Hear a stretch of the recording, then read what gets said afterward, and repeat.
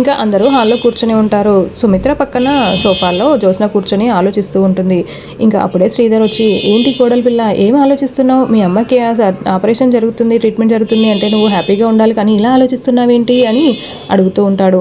ఇంకా దాంతో పారిజాతం, అదే అల్లుడు గారు, నిన్నటి వరకు మ్యాచ్ అవ్వలేదు, ఈ రోజు ఎలా రిపోర్ట్స్ మ్యాచ్ అయ్యాయా అని ఆలోచిస్తున్నాము అని అంటూ ఉంటే, అదేంటి మీరేమో మ్యాచ్ అవ్వకపోతే కదా బాధపడాలి, మ్యాచ్ అయిన తర్వాత కూడా ఎందుకు ఇలా బాధపడుతున్నారు అని అంటూ శ్రీధర్ అడుగుతూ ఉంటాడు.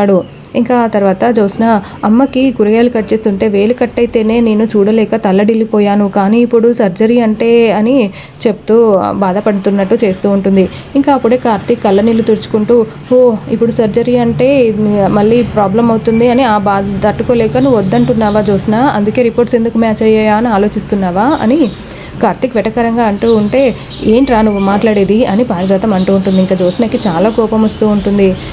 ఇంకా అలా అందరూ జ్యోత్స్న వైపు చాలా సీరియస్గా చూస్తూ ఉంటారు.